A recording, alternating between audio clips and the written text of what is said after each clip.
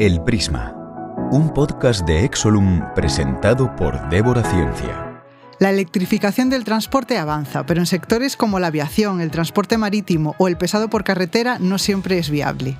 Ahí es donde los biocombustibles se presentan como una solución inmediata, accesible y alineada con la economía circular. Convierten residuos en energía limpia. Aunque se habla poco de ellos, y no siempre bien, hoy vamos a cambiar eso.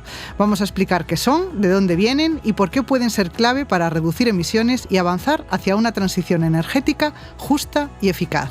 Bienvenidos a El Prisma, el podcast de Exolum. Hoy hablamos de biocombustibles, una solución real para la descarbonización del transporte. Soy Débora García Bello, doctora en química y divulgadora científica, también conocida como Débora Ciencia. Y me acompaña Mónica de la Cruz, directora general de Crecemos y experta en sostenibilidad con más de 25 años de experiencia. Bienvenida, Mónica.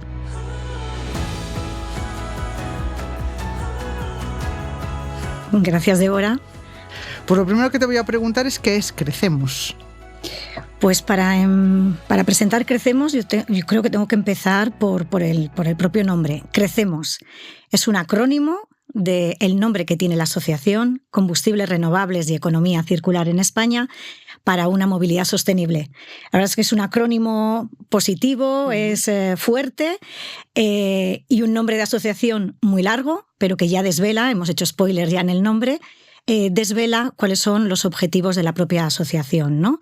En primer lugar, el fomento de la economía circular a partir de la valorización de residuos orgánicos que se convierten en combustibles renovables, y por otro lado el impulsar la movilidad sostenible a través de estos biocombustibles que, como sabes, pues son combustibles de emisiones netas cero, porque justamente las emisiones de CO2 que se producen en su uso son compensadas con las absorbidas en la materia prima. Vale, vamos a explicar esto bien, ¿vale? Para que quede claro, porque estamos diciendo combustibles renovables, biocombustibles, ¿son sinónimos? ¿Qué significa? ¿Qué es realmente, en definición, un biocombustible o un combustible renovable? Tendríamos que ir a las definiciones, para ser puristas, a las definiciones de la Directiva Europea de Energías Renovables. Y ahí clasifican a los biocombustibles, los combustibles renovables. En definitiva, hoy me voy a centrar principalmente en los combustibles renovables, que son los combustibles líquidos que se utilizan para el sector transporte, ¿vale? Más allá tenemos también biocombustibles gaseosos, pero bueno, vamos a entrar principalmente, líquidos, como me habéis invitado para hablar de transporte, que es la actividad que desarrollamos en Crecemos, nos vamos a centrar en los combustibles renovables líquidos, que, como decía, están recogidos en la Directiva de Energías Renovables, Directiva Europea, por lo tanto son una energía renovable.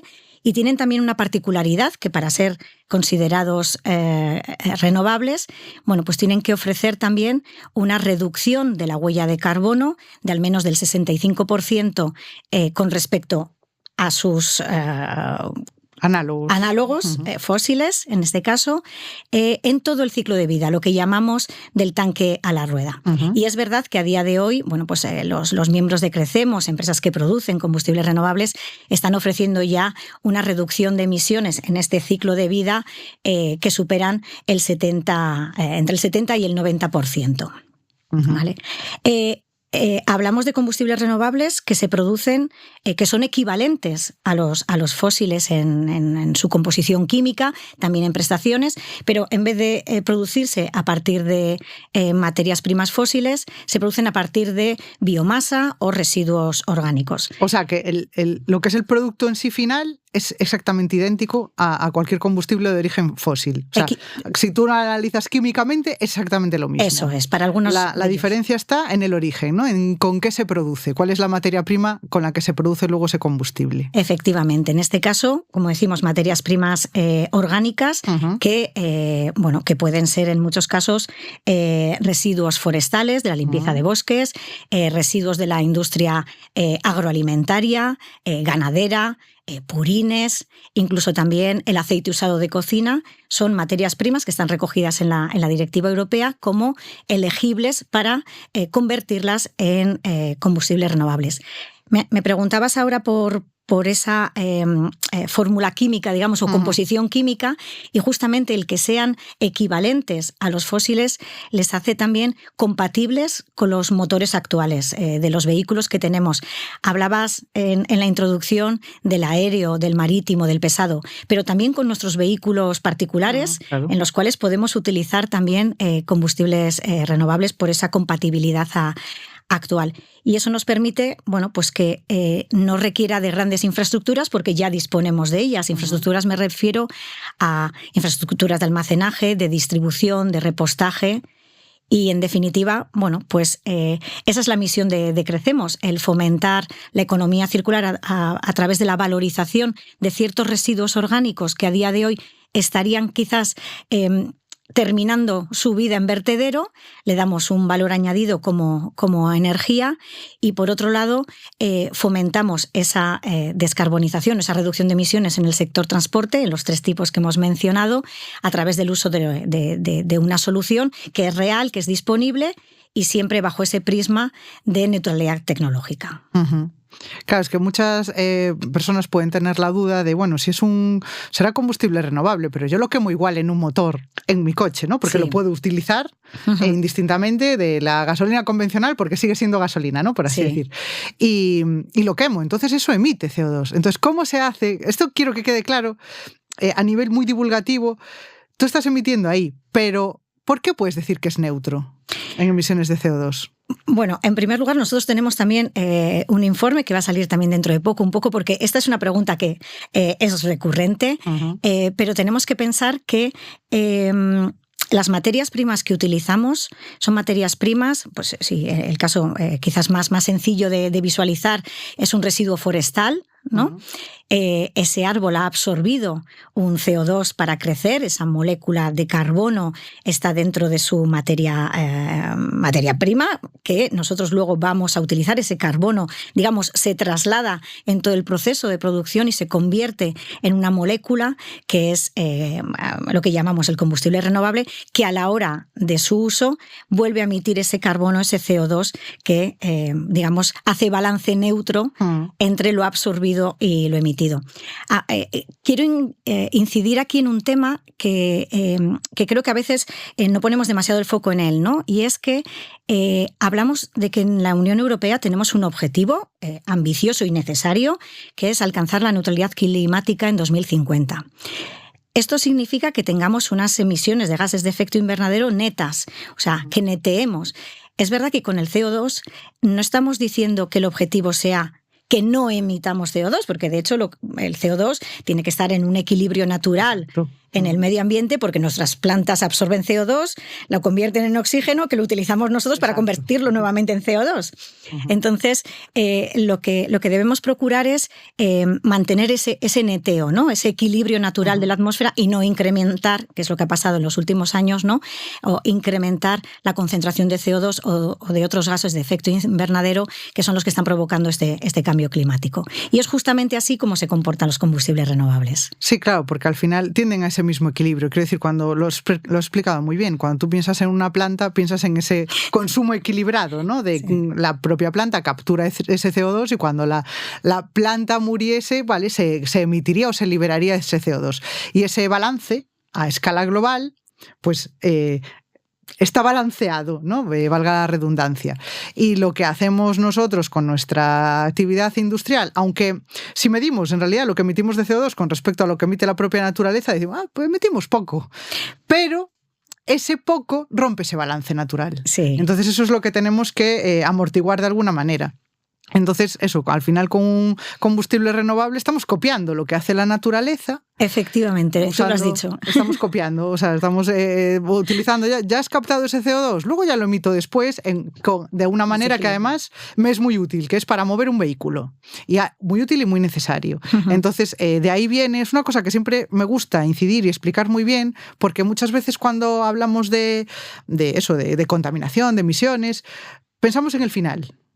¿verdad? Vale, Sí. ¿qué pasa al final de la vida de ese producto? ¿O qué pasa al final? Vale, pero yo estoy emitiendo. No, hay que hacer siempre, la medida se hace con toda esa vida. Entonces, si ya tenemos al principio ese árbol, ¿no? Esa masa forestal que ya capturó ese CO2, eso hay que contabilizarlo. Hay una parte que se absorbió y luego se emitió, con lo cual esa resta, al final, da cero. Se y eso netea. es lo importante. Sí, y algo que también tenemos que pensar es que a veces creemos que el no hacer nada no tiene ningún impacto, ¿no? Yo estoy pensando, por ejemplo, en residuos de la industria agrícola, ¿no? Los purines. Bueno, los purines es verdad que ya estamos todos más sensibilizados, ¿no? Con ellos, pero sí que es verdad que el dejar un residuo orgánico en el medio ambiente que se degrade de forma natural va a emitir metano. Entonces, al final, muchas veces pensamos que el utilizar ese residuo para convertirlo en algo va a tener un impacto negativo y, al contrario, es un impacto menor que el que tendría si lo hubiéramos dejado sin tratar. Sí, de hecho es uno de los retos, ¿no? De los residuos agrícolas, los residuos ganaderos, bueno, residuos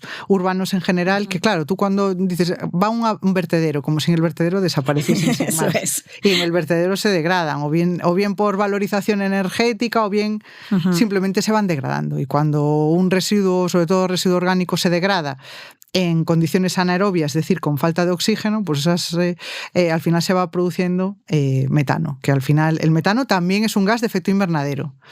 Exactamente igual que lo es el CO2. Bueno, de hecho, aunque emitamos menos, también es preocupante el metano porque tiene un potencial de calentamiento global 8 veces superior al CO2, con lo cual estamos retirando esa materia que estaría emitiendo gases de efecto invernadero de ese vertedero y la estamos convirtiendo en un recurso, con lo cual eso también suma a todo esto que estamos diciendo de cómo se hace esa cuenta para que dé ese balance neto.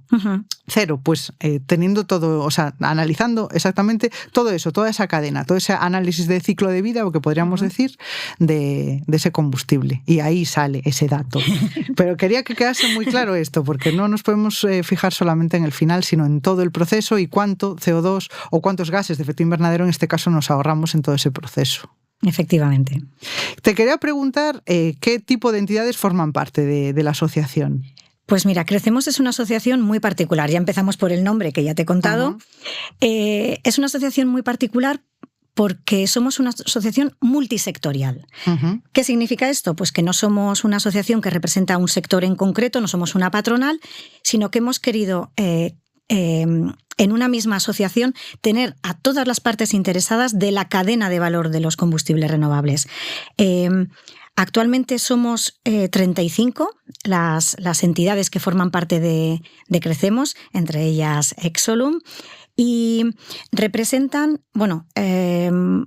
generan a día de hoy, son empresas muy conocidas, os invito a que también surféis en nuestra página web, porque no voy a empezar a decir el nombre de todas porque seguro que alguna se me olvida. Y se va a enfadar.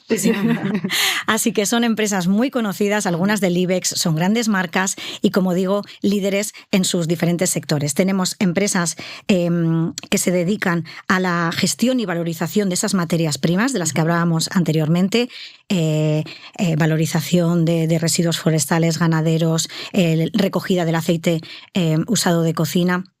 Tenemos, por supuesto, a las empresas que producen combustibles renovables. Hablamos de combustibles renovables, pero yo me refiero principalmente al diésel renovable, que también se llama HVO, me refiero al bioetanol, que podemos encontrar en las gasolinas, al biometanol, al combustible sostenible para aéreo, al biometanol, por ejemplo, que se utiliza también para marítimo, ¿vale? Y tenemos, pues eso, empresas que producen este tipo de productos. Y una particularidad añadida que tiene nuestra propia asociación, y yo creo que es también un atributo de fortaleza de la misma, es que dentro de la asociación están representados los usuarios, desde el retail, donde hay esas grandes marcas también reconocidas por todos, pero luego también están representantes fabricantes, los tres tipos de transporte, el transporte terrestre, marítimo y aéreo, porque entendemos que existe una sinergia en la demanda de estos tres sectores, ¿no? Porque a la hora, por ejemplo, de fabricar o de producir, mejor dicho, el combustible sostenible para aviación, el famoso SAF, en esa ruta tecnológica se produce SAF, pero también se produce HVO, que es el diésel renovable. Entonces, necesitamos el terrestre y el aéreo en combinado en esa sinergia, ¿no? Y eso es lo que hacemos en la asociación. Tenemos representantes también de fabricantes de vehículos y de logística, transporte, tanto de pasajeros como de mercancías en los tres tipos del transporte, como mencionaba. Y además a la academia, porque como me has preguntado antes, queremos también trasladar desde Crecemos el rigor científico, el que nuestros mensajes, emisiones netas cero, reducción de huella de carbono, que esté avalado por esa evidencia científica, y qué mejor que pues las entidades del conocimiento, como pueden ser en este caso universidades o centros tecnológicos, que son miembros también de la asociación. Y permíteme que termine, porque creo que esto también es relevante. ¿Por qué una asociación como Crecemos, ¿no?, en el que están representados los diferentes sectores? Y principalmente porque para aportar, primero para trabajar y colaborar conjuntamente. La descarbonización, que debiéramos hablar de desfosilización del sector transporte, pero bueno, la descarbonización del transporte no va de actuar de manera individual. Todos los eslabones de la cadena deben colaborar entre ellos, y en Crecemos facilitamos, ¿no?, esa colaboración. Y además, tenemos esa visión un poco más holística o global, al tener la visión de todas las partes, que nos hace que podamos hacer propuestas legislativas más pragmáticas, más reales a la hora de implementar también. No lo son. Ay, me pillas ahí. Creo que los objetivos están claros, y creo que los objetivos son necesarios, pero quizás la legislación ha apuntado demasiado a la ruta que tenemos que elegir a la hora de alcanzarnos, ¿no? Y en este caso, pues más en concreto, la electrificación, que es una de las opciones, por supuesto, para conseguir esta neutralidad o descarbonización del sector transporte, pero creo que el objetivo, como decía, es tan ambicioso como necesario, y no podemos desaprovechar todas las oportunidades que tenemos encima de la mesa. Y los combustibles renovables, al fin y al cabo, son una solución efectiva para la descarbonización, son reales, están ya disponibles en nuestras estaciones de servicio, y creo que los marcos legislativos deben ir con ese enfoque de neutralidad tecnológica para aprovechar las ventajas de todas las opciones. Es que a veces se plantea como si fuese un debate, ¿no? Eliges o electrificar o combustibles renovables. Y quiero que me expliques esto. O sea, ¿realmente existe esa confrontación? ¿Hay que elegir o una cosa o la otra? Pues ¿O también hay ventajas de una cosa sobre la otra?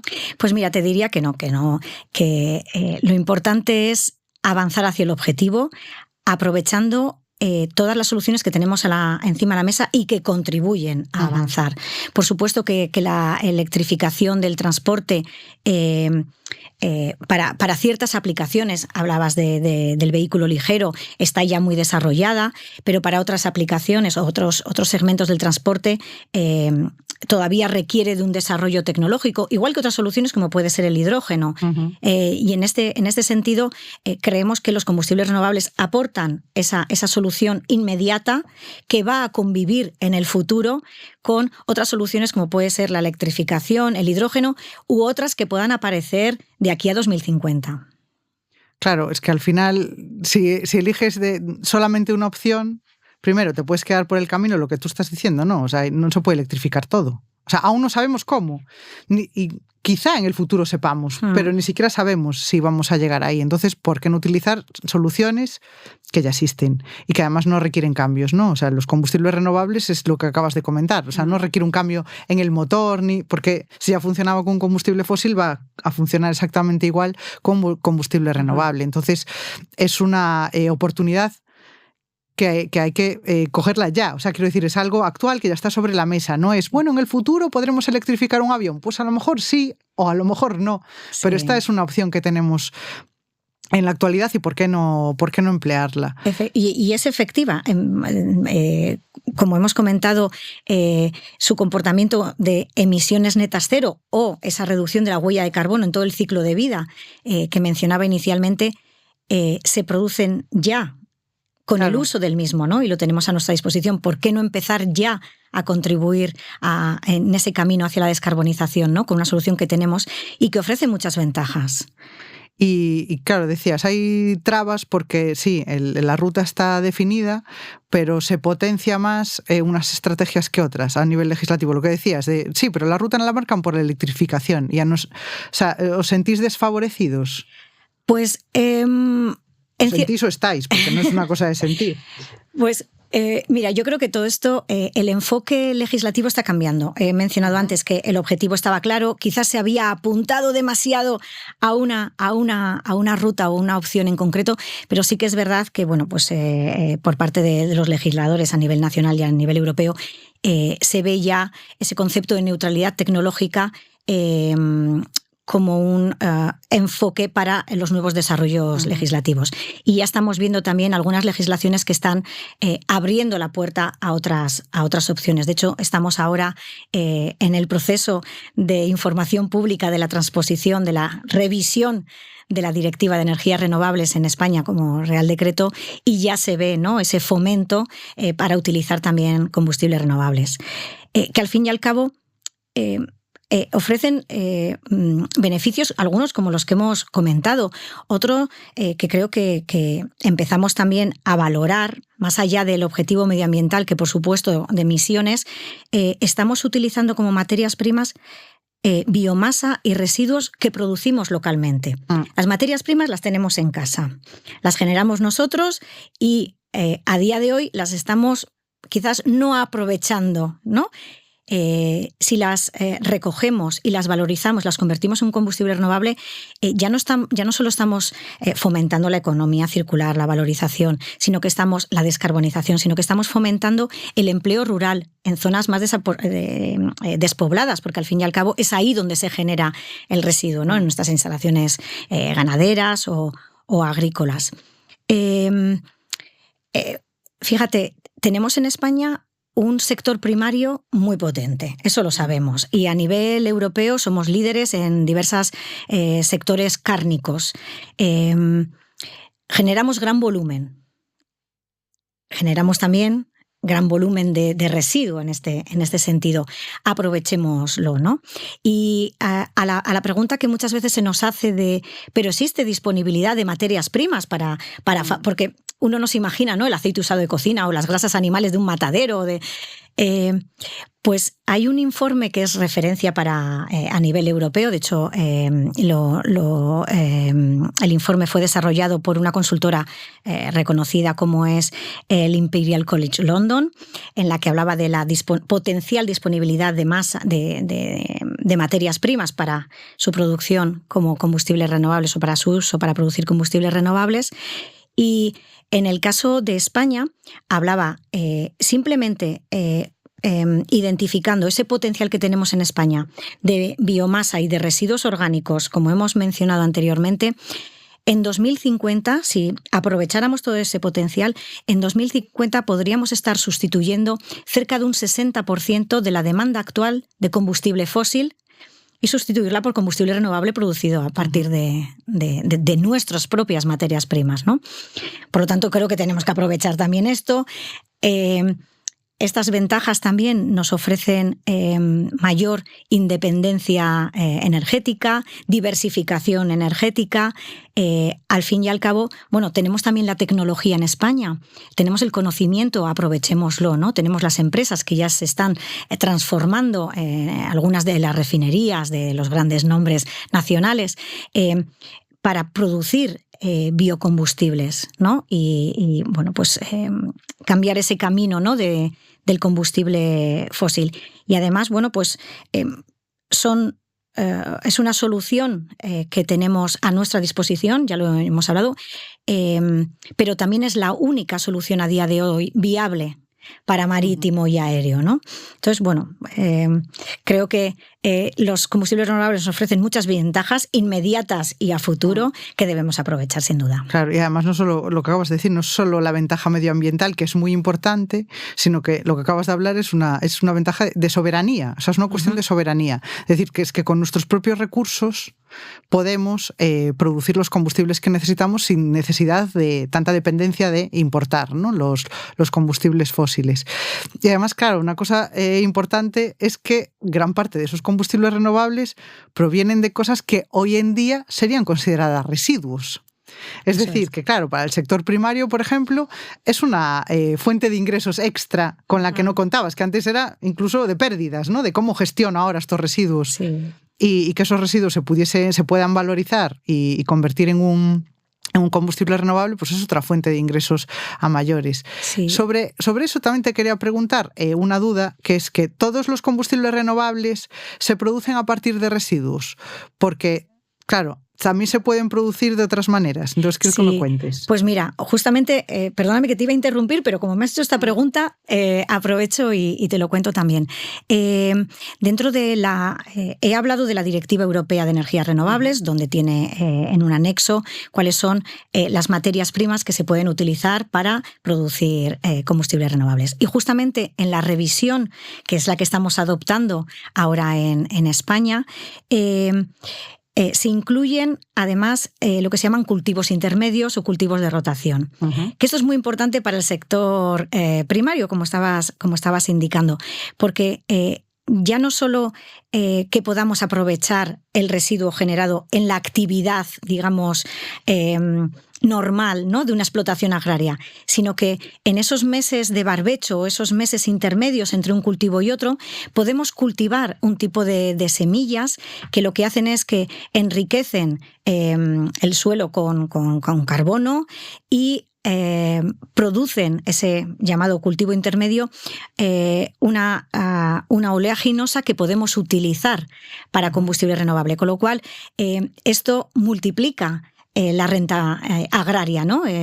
Para los agricultores, el poder aprovechar también esos meses en los que el terreno está descansando y poderlos aprovechar con un cultivo que enriquece el suelo. Exacto. Pero a la vez eso que se genera pues puede ser utilizado y valorizado para un combustible renovable. Bueno, pues estas son también las nuevas oportunidades que nos ofrecen en los combustibles renovables. Claro, es que muchas veces se habla de, suscita dudas, es un cultivo dedicado para hacer combustible renovable. ¿De cuánta superficie de terreno necesitaríamos que vamos a cultivar para hacer combustibles? No, el ejemplo que acabas de poner, o sea, se trata de hacerlo bien. Quiero decir, se podría hacer fatal, sí, pero hacerlo bien es aprovechar esos espacios o esos momentos de barbecho, ¿no? Pues aquí, y claro, y al final hay que tener un conocimiento muy integral de todo, no solo de combustibles, sino, lo acabas de decir, hasta la propia agricultura, de cómo se comporta la tierra, de qué cosas necesita para que, pues eso, no agotar los suelos, incluso al revés, enriquecerlos y que puedan seguir cultivando. Entonces, todo esto, si se hace bien, se puede hacer de forma sostenible. O sea, aparte de usar residuos, utilizar este tipo de cultivos y hacerlo de forma lógica. Eso es.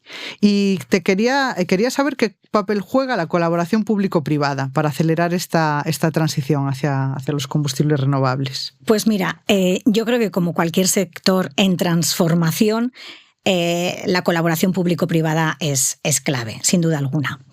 Pero es verdad que en Crecemos, por esa quizás naturaleza multisectorial, fomentamos también la colaboración privada-privada, en la que, bueno, pues empresas de distintos sectores en esa cadena de colaboración, bueno, pues se crean sinergias, ¿no? Que bueno, pues favorecen soluciones para las empresas.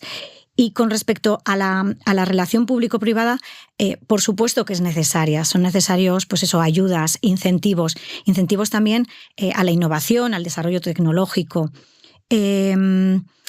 Y en una colaboración, además, en la que se genere también un diálogo transparente, de confianza con el sector industrial. Y quizás aquí, bueno, pues parte de la labor de Crecemos es justamente esa, ¿no? El servir de puente entre la industria y las instituciones públicas, con el objeto de lograr marcos legislativos que, por supuesto, tengan esas ambiciones medioambientales, pero en equilibrio también con la competitividad industrial. Y en ese sentido, por ejemplo, a primeros de julio de este año, bueno, aquí en España tenemos abierto ese diálogo con las instituciones nacionales. Al ser tan transversal, bueno, pues tocamos todos los palos, bueno, pues agricultura, transición ecológica, industria, transporte, etcétera. Y a nivel europeo, justamente a primeros de julio ahora el día 3, hemos organizado un desayuno en el Parlamento Europeo, justamente enfocado solo para nuestros representantes europeos en las instituciones públicas, Parlamento, Consejo y Comisión Europea, también nuestros representantes de la REPER, para que nos conozcan cómo crecemos, para que conozcan también nuestras demandas y abrir ya esa relación, ¿no?, tan necesaria para que las políticas sean efectivas, sean de fácil implementación, sean pragmáticas. Claro, porque eso cuando no van alineadas esas normativas o con la realidad de la industria y con la realidad tecnológica, pues bueno, eso genera inseguridad, ¿no? Quiero decir, esto afecta también a los inversores, a en qué tecnologías invierten, ¿no? Claro, esto es, yo creo que es un poco lo que ha pasado también con la electricidad, que hemos apuntado a la electricidad, ha habido grandes inversiones y quizás no está llegando, ¿no? No se está obteniendo el retorno que se esperaba o que se necesitaba, ¿no? Y en el caso de los combustibles renovables, necesitamos también, bueno, quizás menos inversiones, menos apoyos, ¿no? Porque son tecnologías más maduras, aunque estamos ya también pensando en nuevos desarrollos. Y quizás es eso, ¿no? Sí que necesitamos un apoyo al uso de los combustibles renovables. Por ejemplo, estoy ahora pensando, ¿no?, fomentar el uso de los combustibles renovables para bueno, pues, que sea más para contribuir, ¿no?, de manera efectiva a la descarbonización. Y en ese sentido tenemos una herramienta como es la fiscalidad. Nosotros demandamos esa fiscalidad favorable. Entendemos que los combustibles renovables que podemos encontrar en las estaciones de servicio ahora no la tienen, entiendo que no tienen. Vale. No, tienen la misma tasa impositiva que un combustible fósil, ¿no? Vale. Y el impuesto lo hemos creado justamente para reducir el uso de combustible fósil. Entonces, bueno, pues favorezcamos el uso del combustible renovable. Y demandamos, bueno, pues que se tenga en cuenta en esa tasa impositiva ese mejor comportamiento medioambiental. Y aquí te puedo dar un dato, y es que según un estudio que hizo NTT Data para la plataforma de los combustibles renovables, el incrementar un 1% de combustible renovable en el mix actual que tenemos en España ofrecería una reducción de emisiones de CO2 equivalente a introducir 425.000 vehículos eléctricos. Entonces, tenemos la solución encima de la mesa, favorezcámosla, apoyémosla, ¿no? Y en ese sentido, bueno, pues por parte de las administraciones públicas, con esa visión de neutralidad tecnológica, debieran abrir también un poco más la mano a todas las opciones. Además, eso influiría también en la percepción social, que es algo muy importante también, porque por eso te lanzaba la pregunta con la que iniciaba todo esto, es que la percepción social no siempre es la correcta. Quiero decir, cuando se hacen encuestas sobre lo que te decía, ¿no?, que la mayor parte de la gente, pues, pero si emiten igual. Entonces, claro, si tuviesen una fiscalidad diferente, también la percepción social cambiaría y te preguntarías, ¿y por qué la tienen? ¿Por qué nos ahorramos emisiones de CO2 al utilizar estos combustibles? Te quería preguntar, bueno, no sé si quieres añadir algo. Sí, no, te quería decir que justamente yo creo que no somos conscientes de que ya con nuestros vehículos estamos utilizando combustibles renovables. De hecho... Vale, esa también era una pregunta que te quería hacer. Vale. Pues porque vamos a las estaciones de servicio con nuestros propios vehículos. Es verdad que uno piensa en los combustibles renovables y un poco los posiciona como al aéreo, al marítimo, al pesado, pero es que también en nuestro vehículo ligero lo estamos utilizando, ¿no? Lo podemos utilizar y lo estamos utilizando. Y cuando vamos a las estaciones de servicio, nos fijamos si echamos gasolina o echamos diésel, pero no vemos unas pequeñas etiquetas que aparecen en los surtidores que ponen E5 o E10, y eso significa que ya tiene un 5% o un 10% de bioetanol en esa gasolina que estamos ya utilizando. O en el caso del diésel, aquí ya tenemos en España más de 1.000 estaciones de servicio que ofrecen diésel 100% renovable, 100%, y aquí bueno, vemos una etiquetita cuadrada que pone XTL, así que los oyentes que están hoy atentos cuando vayan a repostar que se fijen, y es, como digo, una solución que está ya disponible y quizás no somos conscientes, ¿no? de ese beneficio que nos ofrecen y de que ya lo tenemos a nuestra disposición. Claro, y no nos estamos dando cuenta de lo que lo estamos utilizando ya. Por eso, cuando decía es una solución real, quería llegar a esta pregunta para que vea todo el mundo lo real que es, porque se usa de verdad. Si tuvieses que citar cuál ha sido el mayor avance del sector en los últimos años, ¿cuál dirías? Y también, ¿cuál es el mayor desafío? Pues mira, yo creo que diría que hemos convertido la ciencia ficción en realidad. Uh-huh. Y aquí muchos de nuestros oyentes, que serán de mi generación, hemos crecido con la película de Regreso al Futuro, hace 40 años. Sí, algunos película. Algunos recordarán en el DeLorean que funcionaba con plutonio y en un momento dado, bueno, pues se le acaba el plutonio a Doc. Y entonces se acerca a una papelera, coge unas cáscaras de plátano, coge algunos residuos de la papelera, los mete y aquello se convierte en combustible renovable. Bueno, pues esto que era ciencia ficción, o bueno, algo se sabía, ¿no? hacia el biometano, etcétera, pero quizás era impensable, ¿no? El ver que un vehículo podía tener un combustible que se produjera a partir de ese tipo de residuos, bueno, pues ya es realidad, pero es una realidad industrial. De hecho, bueno, como decía, tenemos diésel 100% renovable, el bioetanol, el biometanol, están ya aquí, ¿no?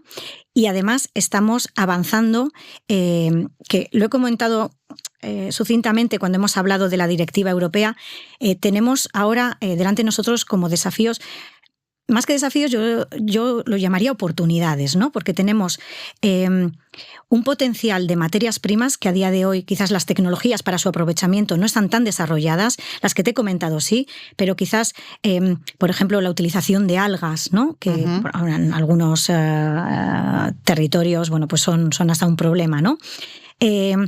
O la utilización de fangos de depuradoras de aguas residuales. Bueno, pues estas son materias primas que están recogidas en la directiva y que podemos aprovechar, pero quizás para tener un máximo aprovechamiento de este potencial necesitamos un desarrollo tecnológico en el que estamos también trabajando, ¿no? El desarrollar esas rutas tecnológicas para aprovechar al máximo estas nuevas materias primas, ¿no? Y darles este valor. Y en los desafíos que tenemos por delante, estamos también trabajando en otro tipo de combustibles renovables que ya no proceden de materias primas orgánicas, sino son los combustibles renovables de origen no biológico, como pueden ser pues, los combustibles sintéticos o e-fuels, que se producen a partir de la captación de CO2 de la atmósfera combinada con hidrógeno verde, el propio hidrógeno, por supuesto, el amoníaco, pues eso, avanzamos. Por eso te decía al inicio, ¿no? No sé qué tecnologías habrá en 2050, pero estoy segura de que habrá muchas más de las que a día de hoy tenemos encima de la mesa. ¿Meterías a los combustibles sintéticos en el mismo cajón de combustible renovable? Sí. Sí, vale. Los metería porque la directiva los mete también, efectivamente. Vale. Sí. Claro, desde un punto de vista técnico, desde luego. La materia prima por la que se produce es un CO2 que está en la atmósfera. Efectivamente. O sea, el proceso es distinto de cómo se reconvierte, pero a nivel de ese balance del que comentábamos, pues es exactamente el mismo, ¿no? Un CO2 que ya sería emitido, pues capturarlo y convertirlo en un combustible. Así que la normativa lo dice, pero a nivel técnico también estamos de acuerdo. Sí. ¿Hay algún mensaje que quisieras trasladar, algún mensaje clave, alguna idea clave para trasladar a la sociedad? Pues mira, yo creo que lo hemos repetido. Los combustibles renovables son una solución real, disponible, efectiva, económicamente viable, que contribuye a la descarbonización de todos los sectores. Es verdad que algunos que no tienen quizás todavía desarrolladas otras opciones, es la única opción, ¿no? Como puede ser el aéreo y el marítimo, pero también en el terrestre, tanto en el pesado como en nuestro vehículo particular, está en nuestras estaciones de servicio. Y sí que quizás diría dos cosas, ¿no? Una, España tiene un enorme potencial para ser líderes europeos en la transición energética. Tenemos unas condiciones privilegiadas, tenemos energía eólica, energía solar, un gran potencial para el hidrógeno también y, como no, un gran potencial para los combustibles renovables. Aprovechémoslo. ¿vale? Y yo creo que ese sería el mensaje final con el que cerraría este menú. Pues yo no puedo hacer más que subrayarlo. Muchísimas gracias, Mónica. Ha sido un placer charlar contigo. Igualmente. Muchas gracias. Gracias.